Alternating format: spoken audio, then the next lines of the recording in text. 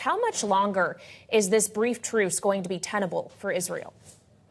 As long as the Israelis stand to gain hostages back and Hamas agrees to release them, it'll go on for at least 2 days, right? 10 hostages per day for 24 hours of calm. That's 20. Hamas is estimated to be holding 160 hostages with today's release, 50 women and children, and about 116 adult males and females. 30 or 40 of them are reported to be Israeli Defense Forces.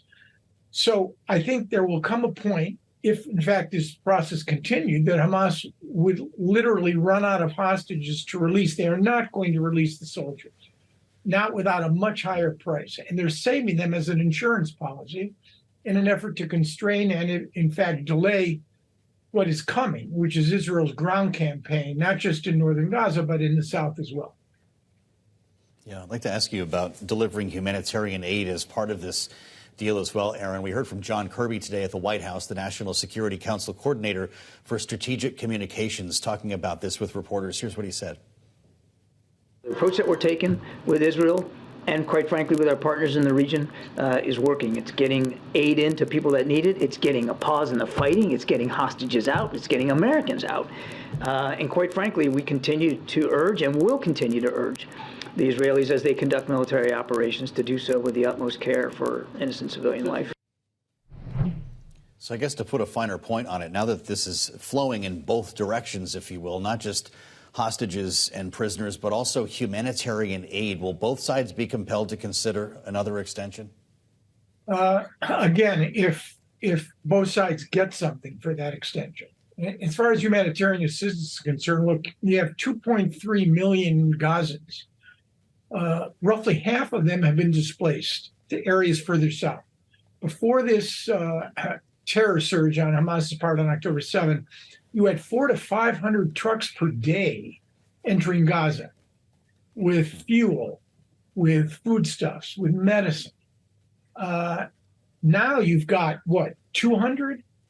It's really not sufficient to even begin to deal seriously with the humanitarian catastrophe that's building there, particularly on the fuel side. Fuel is for water desal, fuel's for hospital generators, fuel's for delivering assistance in trucks and other vehicles.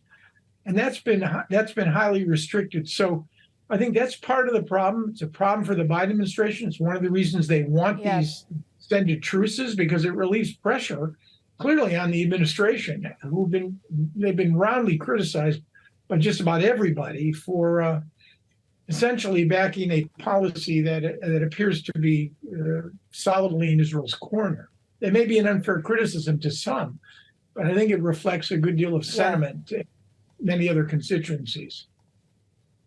Well, to that point, Israeli Prime Minister Benjamin Netanyahu has said that at the end of this brief pause, however long it may last, even if we do see another extension, the fighting will resume until Hamas is eliminated. What is going to come first, the elimination of Hamas or Israel finding itself much lonelier in this fight?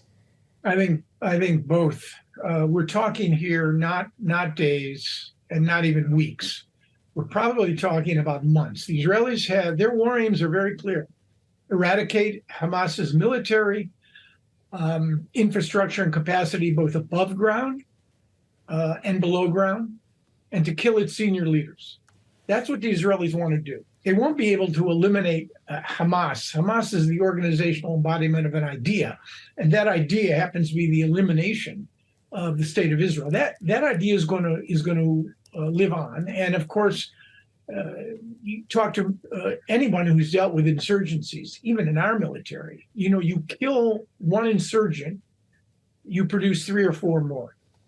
That's going to be a long-term problem, because the key to stopping Hamas ultimately is to create a new reality in Gaza, a reality which addresses the security and the prosperity that Gazans have long been denied by Hamas, which seems willing to fight the Israelis to the last Palestinian.